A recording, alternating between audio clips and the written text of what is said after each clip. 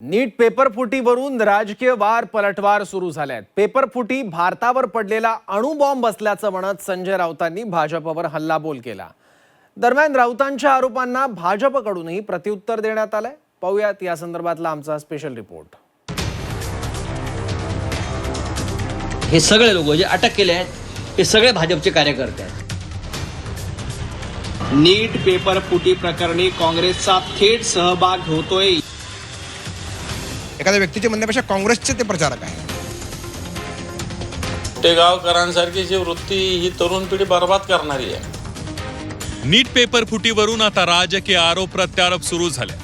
नीट paper फुटीची मुळं महाराष्ट्रातून पसरली आहे आणि त्यानंतर देशभरात एकच खळबळ उडाली आहे। दरम्यान या प्रकरणात आता सीबीआय ऍक्शन मोडवर आली आहे, तर दुसरीकडे राजकीय नेते एकमेकांची उणीधुणी काढतात।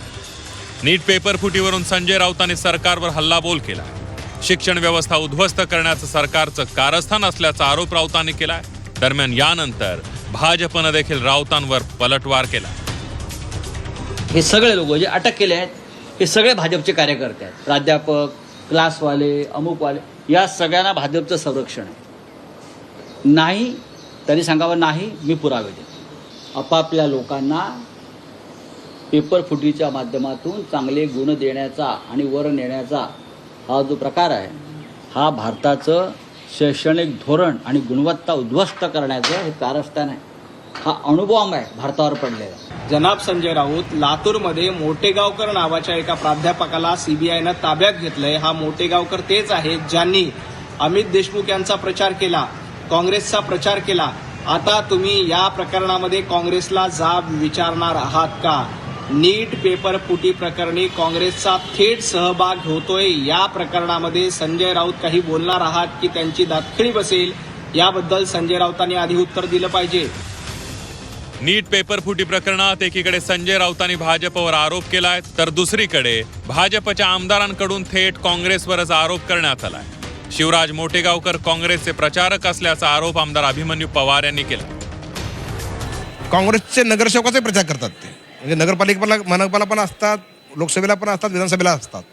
पण ते काँग्रेसचे एखाद्या व्यक्तीचे म्हणण्यापेक्षा काँग्रेसचे ते प्रचारक आहेत। बरं, मात्र भाजपच्या नेत्यांसोबत सुद्धा त्यांचे फोटो हे व्हायरल। नेत्यासोबत माझ्यासोबत फुटत ना। काँग्रेसचा दावा आहे की ते भाजपच्या पक्षाचे आहेत। गॅदरिंगला मग असं एखादं स्टेटमेंट दाखवा। आता सोशल मीडियावर तुम्ही स्टेटमेंट बघताय, काँग्रेसला मतदान करा म्हणून त्याचं उघड स्टेटमेंट आहे। असं कुठं भाजपला मतदान करा म्हणून स्टेटमेंट आहे का? तर दुसरीकडे अंबादास दानवेंनी या प्रकरणात कठोर कारवाई करण्याची मागणी केली आहे। मोटेगावकर सारख्या लोकांची वृत्ती विद्यार्थ्यांचं भविष्य उद्ध्वस्त करणारी असल्याचं अंबादास दानवेंनी यावेळेला म्हटलं। आता या ट्युशन क्लासेस अतिशय व्यावसायिक झालेले आहेत।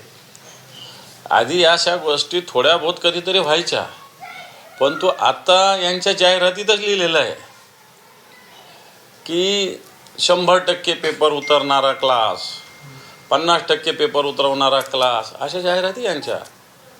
आणि मोटेगावकरांसारखी जी वृत्ती ही तरुण पिढी बर्बाद करणारी आहे, म्हणून याचे पाळमुळं खणलं पाहिजे। नीटचा पेपर फुटल्यानं लाखो विद्यार्थ्यांचं भविष्य उद्ध्वस्त झालंय। प्रामाणिकपणे अनेक वर्ष अभ्यास करणाऱ्या विद्यार्थ्यांना याचा मोठा फटका बसलाय, तर दुसरीकडे पैशांच्या जोरावर काही लोकांनी शैक्षणिक व्यवस्था उद्ध्वस्त करून टाकली आहे। या प्रकरणावरून राजकीय पक्षांमध्येच वार पलटवार सुरू झाले। ब्युरो रिपोर्ट, झी 24 तास।